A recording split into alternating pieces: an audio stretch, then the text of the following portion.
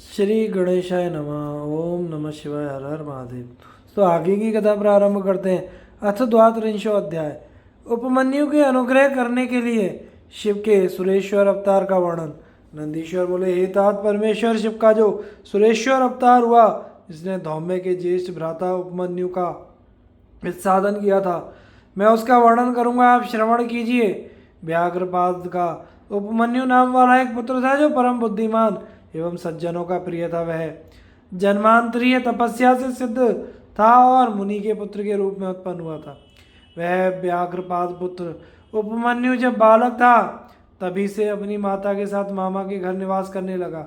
दैव योग से वह दरिद्र था।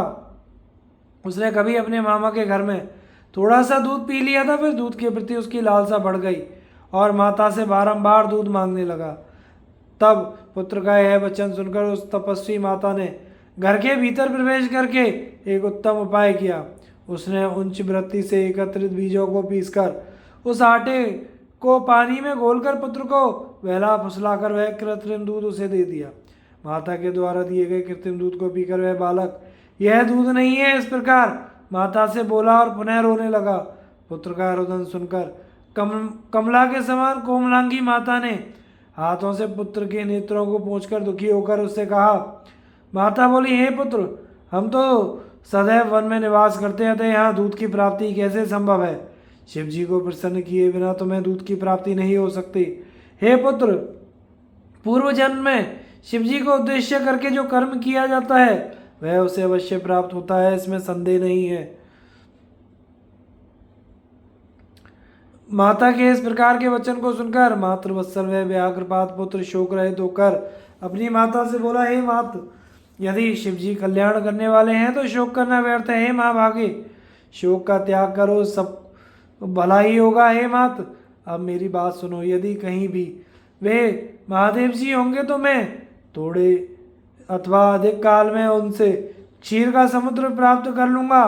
नंदीश्वर बोले, इस प्रकार अपना निश्चय बताकर मेरा कल्याण हो, ऐसा प्रेम पूर्वक कहकर वह बालक माता को भली भांति प्रणाम कर उससे विदा लेकर तप करने के लिए चल पड़ा। वह बालक हिमालय पर्वत पर जाकर वायु का पान करते हुए सावधान मन से 8 ईंटों से एक मंदिर बनाकर उसमें मिट्टी का शिवलिंग स्थापित करके उस लिंग में भक्ति पूर्वक पंचाक्षर मंत्र के द्वारा पार्वती सहित शिव का आह्वान कर वन में उत्पन्न पत्र पुष्प आदि से उनका पूजन करने लगा। इस प्रकार पार्वती सहित उन शिव जी का ध्यान करके पंचाक्षर मंत्र का जप तथा उनकी अर्चना करते हुए उसने बहुत काल पर्यंत घोर तप किया। हे मुने, उस महात्मा बालक उपमन्यु की तपस्या से सारा चराचर लोक प्रज्वलित हो उठा। इसी समय विष्णु आदि देवताओं द्वारा प्रार्थित भगवान शिव ने उसकी भक्ति की परीक्षा करने के लिए इंद्र का रूप धारण किया। पार्वती इंद्राणी के रूप वाली हो गई, सभी गण देवता हो गए और नंदी ने ऐरावत गज का रूप धारण किया। इस प्रकार जब इंद्र रूप की सारी सामग्री उपस्थित हो गई तब गणों एवं पार्वती सहित इंद्र रूप शिव जी उपमन्यु के ऊपर अनुग्रह करने के लिए शीघ्र ही उनके आश्रम पर आए। हे मुनीश्वर, इंद्र रूपधारी शिव जी ने उसकी भक्ति की परीक्षा करने के लिए गंभीर वाणी में उस बालक से कहा। सुरेश्वर बोले, हे सुब्रत, मैं तुम्हारी इस तपस्या से अत्यंत प्रसन्न हूँ, तुम वर मांगो, मैं तुम्हारा सारा अभीष्ट प्रदान करूंगा, इसमें संशय नहीं है। इंद्र रूपधारी उन शिव जी के इस प्रकार कहने पर उसने हाथ जोड़कर कहा, मैं शिव में भक्ति होने का वरदान चाहता हूँ। यह सुनकर इंद्र बोले, क्या तुम त्रिलोकी के स्वामी, देवगणों के रक्षक और सभी देवगणों से नमस्कृत मुझ इंद्र को नहीं पहचानते? हे ब्राह्मण श्रेष्ठ, तुम मेरे भक्त हो जाओ और निरंतर मेरी ही पूजा करो, मैं तुम्हारा सब प्रकार कल्याण करूंगा। तुम गुण रहे शिव को छोड़ दो, उन निर्गुण रुद्र से तुम्हारा क्या कार्य हो सकता है जो देव जाति से बाहर होकर पिशाच तत्व को प्राप्त हो गए हैं। नंदीश्वर बोले, यह सुनकर पंचाक्षर मंत्र का जप करता हुआ वह बालक अपने धर्म में विघ्न उत्पन्न करने के लिए उनको आया हुआ जानकर बोला।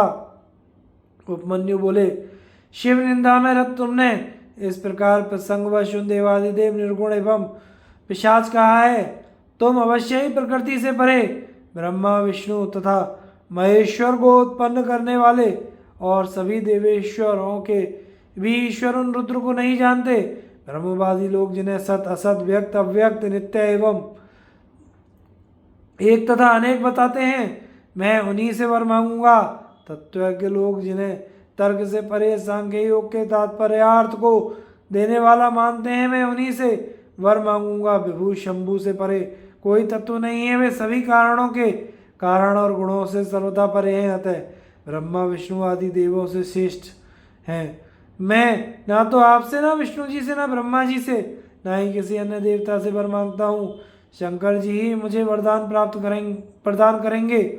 बहुत कहने से क्या लाभ, मैं अपना निश्चय बता रहा हूँ। मैं पशुपति शिव जी को छोड़कर किसी अन्य देवता से वरदान नहीं मांगूंगा। हे इंद्र, आप मेरा अभिप्राय सुने। मैंने आज यह अनुमान कर लिया है कि मैंने जन्मांतर में अवश्य ही कोई पाप किया है, जिससे मुझे शिव जी की निंदा सुननी पड़ी। शिव की निंदा का श्रवण करते ही जो शीघ्र ही उस निंदा करने वाले का प्रतिकार उसी समय अपना शरीर छोड़ देता है, वह शिवलोक को जाता है। हे सुराधम, अब दूत के विषय में मेरी यह इच्छा नहीं रही। अब तो मैं शिवास्त्र से तुम्हारा वध करके अपना यह शरीर त्याग दूंगा। नंदीश्वर बोले। इस प्रकार कहकर उपमन्यु मरने के लिए तैयार हो गए और दूत के प्रति उनकी इच्छा का त्याग कर इंद्र को मारने के लिए उद्यत हो गए। तब अग्निहोत्र से भस्म लेकर उसे अघोरास्त्र से अभिमंत्रित करके इंद्र के ऊपर उस भस्म को छोड़कर उन मुनि ने घोर शब्द किया।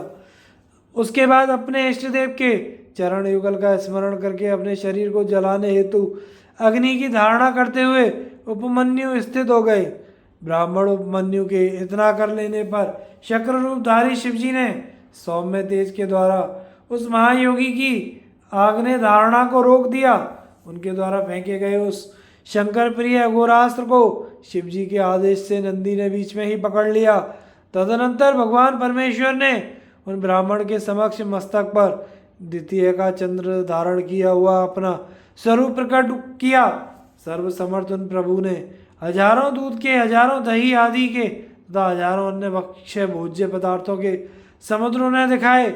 इसी प्रकार उन शंभु ने देवी पार्वती के साथ बैल पर सवार हो त्रिशूल आदि आयुधों को हाथ में धारण किए हुए गणों सहित अपना रूप भी उनके समक्ष प्रकट किया। उस समय स्वर्गलोक में धुंदुभियां बजने लगी, आकाश से फूलों की वर्षा होने लगी तथा ब्रह्मा विष्णु आदि देवगणों की उपस्थिति से दसों दिशाएं ढक गईं।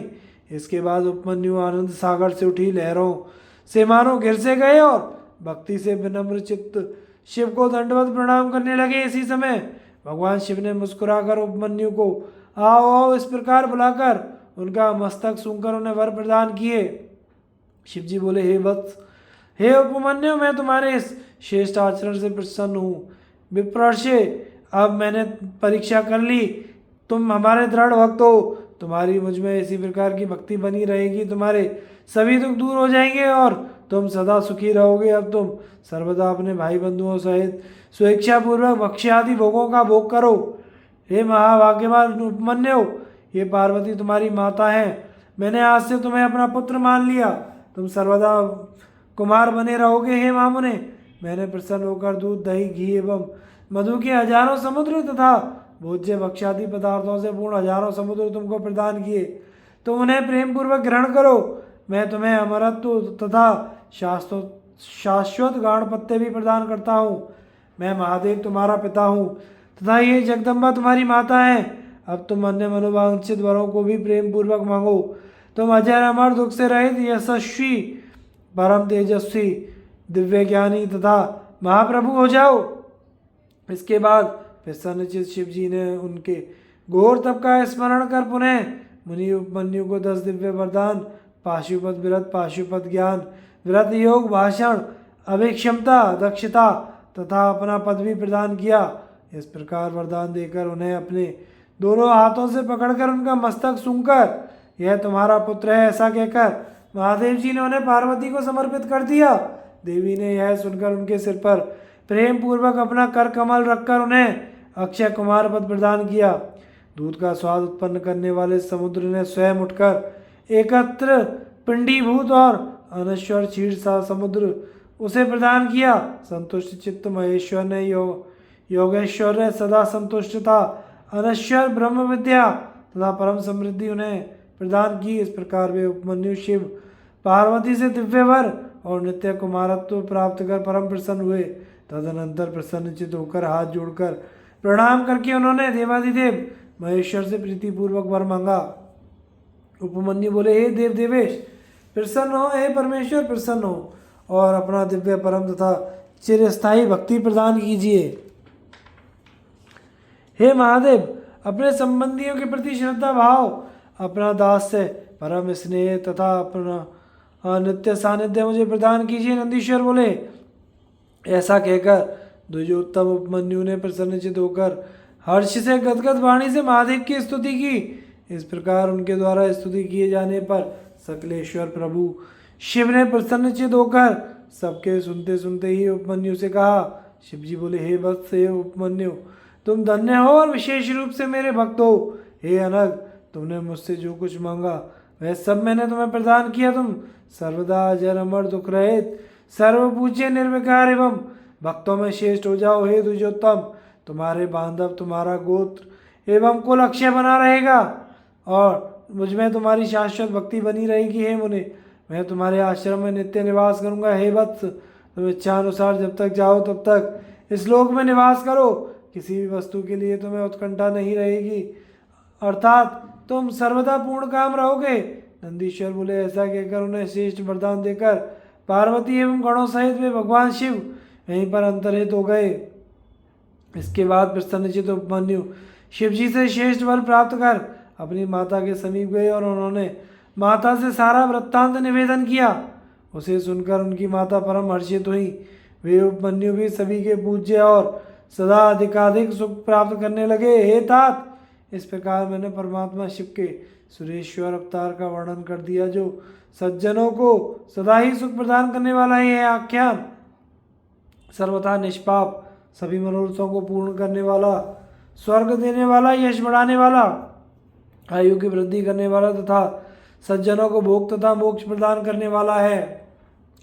जो इसे भक्तिपूर्वक सुनता है अथवा सुनाता है वह इस श्लोक में सब प्रकार से सुख भोग कर अंत में शिव सायुज्य को प्राप्त कर लेता है।